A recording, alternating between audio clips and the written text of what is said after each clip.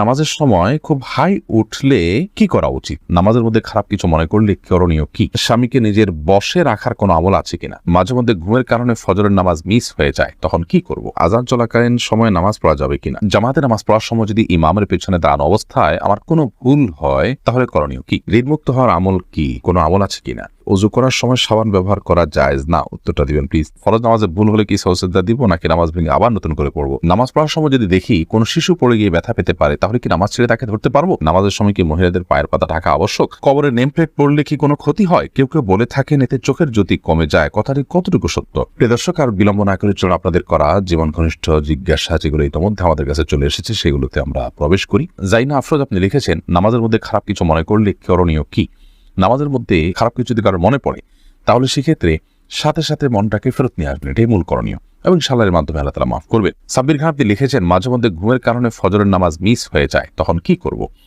ঘুমের কারণে হঠাৎ কালে ভদ্রে মিস হয়ে যেতে পারে নামাজ, তাহলে সেক্ষেত্রে যখন ঘুম ভাঙবে তখন আপনি নামাজ পড়ে নেবেন, কিন্তু নিয়মিত যদি এরকম হয় তা সেটা দোষণীয়। এরপরে সোনিয়া আপনি লিখেছেন, আজান চলাকালীন সময় নামাজ পড়া যাবে কিনা? জি, আজান চলাকালীন সময় নামাজ পড়লে নামাজ হবে, কোনো অসুবিধা নেই।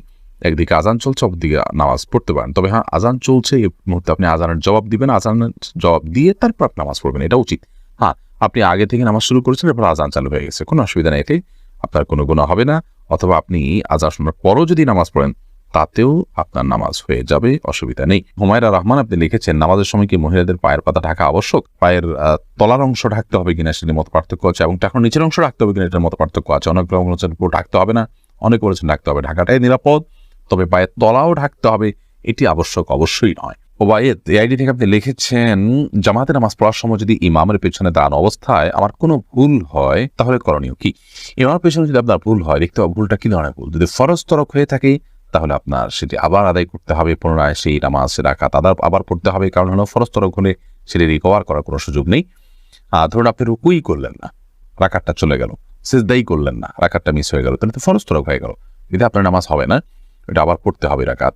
আর যদি ইমামের পেছনে কোনো ওয়াজিব আপনার ছুটে যায়, তাহলে এই ক্ষেত্রে নর্মালি সুজদা দেওয়ার কথা, কিন্তু ইমামের পেছনে থাকার কারণে আপনার সুজদা বর্তাবে না, বরং ইমামকে আপনি অনুসরণ করবেন, ফলো করবেন। আর যদি সুন্নাহ ছুটে যায়, তাহলে তার সুজদার বিষয় নাই, নামাজ হয়ে যাবে। এমডি আব্দুর রহমান আপনি লিখেছেন, অনেকে বলে ওযু করার সময় সাবান ব্যবহার করা জায়েজ না? উত্তরটা দিবেন প্লিজ। না ভাই আব্দুর রহমান, এমন কোনো কথা নেই। ওযু করার সময় আপনার সাবান ব্যবহার করাতে কোনো অসুবিধা নেই, এটি নেহায়েতই মন গড়া কথাবার্তা। এসকে জুবাইর আপনি লিখেছেন, কবরের নেম প্লেট পড়লে কি কোনো ক্ষতি হয়? কেউ কেউ বলে থাকেন এতে চোখের জ্যোতি কমে যায়, কথাটি কতটুকু সত্য?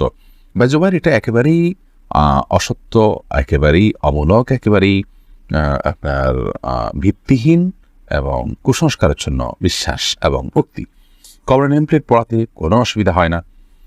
অন্য যে কোনো কিছু পড়লে যেরকম তার সাথে আপনার যে কোনো সাধারণ কোনো জায়গাতে আপনি কোনো মানুষের নাম লেখা আছে, তার জন্ম মৃত্যুর সন তারিখ লেখা আছে, এরকম কোনো কিছু দেখলে সেখানে যেরকম কোনো অসুবিধা নেই, কবরের নেম প্লেট পড়াতেও কোনো অসুবিধা নেই, এটা নেহায়েতই কুসংস্কার। মোহাম্মদ হোসেন আপনি লিখেছেন, ঋণমুক্ত হওয়ার আমল কি? কোনো আমল আছে কিনা?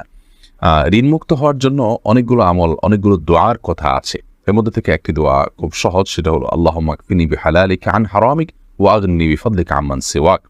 আল্লাহ, আপনি আমাকে হারাম এর পরিবর্তে হালাল দিয়ে আমার জন্য আপনি যথেষ্ট হয়ে যান, হালাল যেন আমার জন্য যথেষ্ট হয়ে যায়, এবং আপনি ছাড়া অন্য কারোর উপর যেন আমাকে নির্ভর করতে না হয়, আপনি তার থেকে আমাকে অমুখাপেক্ষী করে দিন।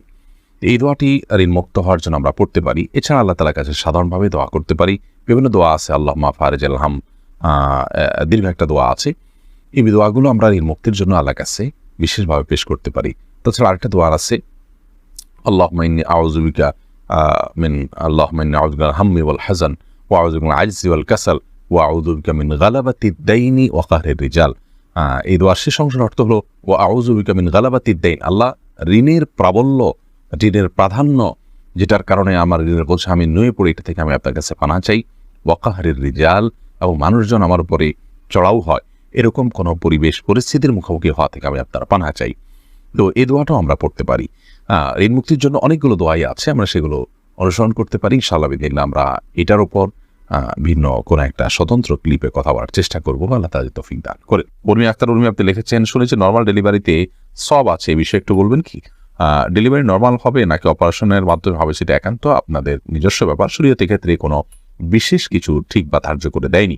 নর্মাল ডেলিভারি হলে বিশেষ সওয়াব আছে এমন করার কথা নেই। তবে হ্যাঁ, মায়েদের যদি সন্তান প্রসব করতে গিয়ে দুনিয়া থেকে আল্লাহ করে চলে যেতে হয়, মৃত্যু হয়ে যায়, তাহলে সেক্ষেত্রে তারা শাহাদাতের মর্যাদা পাবেন, সেটি ভিন্ন বিষয়। সেটার সাথে নর্মাল বা অপারেশনের কোনো সম্পর্ক নেই। ইসরাত জাহান পারভীন আপনি লিখেছেন, ফরজ নামাজে ভুল হলে কি সৌজদা দিব নাকি নামাজ ভেঙে আবার নতুন করে পড়বো? যদি ওয়াজিব তরক হয়, ওয়াজিব ছুটে যায়, তাহলে সিজদা সৌ দিবেন। যদি ফরজ ছুটে যায় তাহলে ওই নামাজ আপনাকে আবার পড়তে হবে। আর যদি সুন্নাত ছুটে তাহলে তো কিছুই বিশেষ করার নেই। এই জন্য ফরজ কোনটা, ওয়াজিব কোনটা, সুন্নাত কোনটা সেটা আপনাকে জানতে হবে। এরপরে আয়েশা আমির আপনি লিখেছেন, স্বামীকে নিজের বশে রাখার কোনো আমল আছে কিনা? স্বামীকে বশে কেন রাখতে চাচ্ছেন? স্বামীকে বশে রাখলে আমার সব কথা শুনবে এমনটি আমরা চাই বা কামনা করি। পৃথিবীতে মানুষ যা চাইবে তার সব হবে, এমনটি আসলে হওয়ার জায়গা পৃথিবী নয়। এমন জায়গা তো জান্নাত। অতএব বশে রাখার জন্য আমল বলতে আমাদের সমাজে বিভিন্ন রকমের তাবিজ, কবজ, তদবির ইত্যাদির প্রচলন আমরা দেখে থাকি। এগুলো গর্হিত এবং কোনো কোনোটি শিরক এবং কুফরি পর্যায় পর্যন্ত নিয়ে যেতে পারে। বিধায় এগুলো কোনো অবস্থাতে করা উচিত নয়। স্বামীকে আপনি চান যে স্বামী কোনো আপনার প্রতি জুলুম অবিচার না করুক, আপনার হক ঠিকঠাক আদায় করুক, আপনাকে ভালোবাসুক, সেটা যদি আপনি চান তাহলে সেক্ষেত্রে আপনি নিজে ভালো হয়ে চলুন, তার ভালোবাসা অর্জন করার জন্য চেষ্টা করুন, নিজেকে একজন উত্তম স্ত্রী এবং আকর্ষণীয় করে তার সামনে উপস্থাপন করুন এবং তাকে ভালো মানুষ হওয়ার জন্য বিভিন্ন দিক থেকে হেল্প করুন, আল্লাহর কাছে দোয়া করুন। এগুলো আপনার কর্তব্য। এর বাইরে আপনার গতানুগতিকভাবে আমাদের সমাজে অনেক বোনরা আছেন যে স্বামীকে বশে আনার জন্য বিভিন্ন কবিরাজের কাছে যান, তারা বিভিন্ন আপোষের তাবিজ দেয়।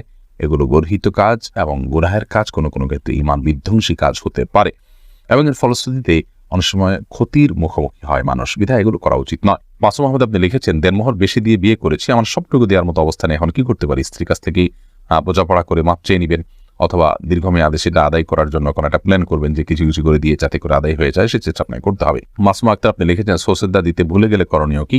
যখন স্মরণ আসবে তখন দিয়ে দিবেন। আর যদি আপনি সালাত শেষ করে অন্যদিকে হাঁটাচলা করছেন তারপরে মনে হয়েছে, তাহলে সেক্ষেত্রে আপনি আবার সে নামাজ পড়বেন। শারমিন নাহিম আপনি লিখেছেন, নামাজ পড়ার সময় যদি দেখি কোনো শিশু পড়ে গিয়ে ব্যথা পেতে পারে, তাহলে কি নামাজ ছেড়ে তাকে ধরতে পারবো? যদি দেখেন যে সে ক্ষতিগ্রস্ত হতে পারে, বড় ধরনের ক্ষতিগ্রস্ত, বিশেষ করে জীবন হুমকির মধ্যে পড়তে পারে, এরকম পরিস্থিতি হলে অবশ্যই নামাজ পড়ে আপনি তার জীবন রক্ষা করবেন। শিশু শুধু নয়, যে কোনো মানুষের ক্ষেত্রে প্রযোজ্য। ধরুন আপনি নামাজে দাঁড়িয়েছেন, একজন মানুষ পানিতে পড়ে গেছেন, তিনি সাঁতার জানেন না, তিনি ডুবে মৃত্যুর মুখে পতিত হতে পারেন, আপনি তাকে বাঁচানোর সুযোগ আছে, তাহলে আপনি নামাজ ছেড়ে দিয়ে তাকে বাঁচাতে হবে। এটার ব্যাপারে সমস্ত ফুকাহা কেরাম একমত। ঠিক একইভাবে একটা শিশু, সে যদি কোনো বিপদের মুখে পড়তে যাচ্ছে, আপনি দেখতে পাচ্ছেন যে মৃত্যুর মুখে পতিত হতে পারে, বড় ধরনের বিপদ হতে পারে, আপনি নামাজ ত্যাগ করে তাকে ধরতে পারেন, কোনো অসুবিধা নেই। আর যদি হালকা পাতলা ব্যথা পেয়েছে, মনে হয় যে অন্য কেউ হয়তো ধরবে, হয়তো একটু কান্নাকাটি করে ঠিক হয়ে যাবে, তাহলে সেক্ষেত্রে আপনি নামাজ ছেড়ে তাকে ধরা উচিত নয়। এরপরে নওশিন আক্তার আপনি লিখেছেন, নামাজের সময় খুব হাই উঠলে কি করা উচিত? নামাজের সময় যদি অনেক বেশি হাই উঠে, তাহলে আপনি যে কোনো সময় নামাজের বাইরে হাই উঠলে হাইটাকে বাধা দেওয়ার চেষ্টা করা উচিত। কারণ হাই তোলার মাধ্যমে আপনার শয়তান মানুষের ভেতরে প্রবেশ করার বিশেষভাবে সুযোগ লাভ করে থাকে এবং দুষ্টু জিনে আক্রান্ত মানুষগুলোকে দেখবেন যে খুব বেশি হাই তুলতে থাকে। আমি এরকম অনেক মানুষকে দেখেছি যারা দুষ্টু জিনের প্রভাবে প্রভাবিত, তাদের উপর দুষ্টু জিনের প্রভাব বেশি হওয়ার কারণে তারা এত বেশি হাই তোলেন, যেটা স্বাভাবিক কোনো মানুষ হাই তোলে যে সেরকম কোনো বিষয় নয়। এই জন্য হাই তোলার এই সময়টাতে এই শয়তান মানুষের ভিতরে প্রবেশ করে, দুষ্টু জিন প্রবেশ করে, সেজন্য এটাকে হাত দিয়ে বাধা দেওয়া উচিত। মুখের কাছে হাত বা কোনো কিছু নিয়ে গেলেই কিন্তু হাইটা বন্ধ হয়ে যায়। নামাজের মধ্যে সেই কাজটা আমরা করতে পারি। তবে নামাজের মধ্যে হাই তোলার পর এমনি বিশেষভাবে নামাজের মধ্যে হোক, নামাজের বাইরে হোক, কোনো অবস্থাতেই বিশেষ কোনো দোয়া নেই। লা হাওলা ওয়ালা কুওয়াতা ইল্লা বিল্লাহ আমরা অনেকে পড়ি, এটা পড়তে হবে হাই তোলার পর, এরকম কোনো বাধ্যবাধকতা নেই। বরং আপনি হাত দিয়ে সেটাকে বাধা দেওয়ার চেষ্টা করবেন।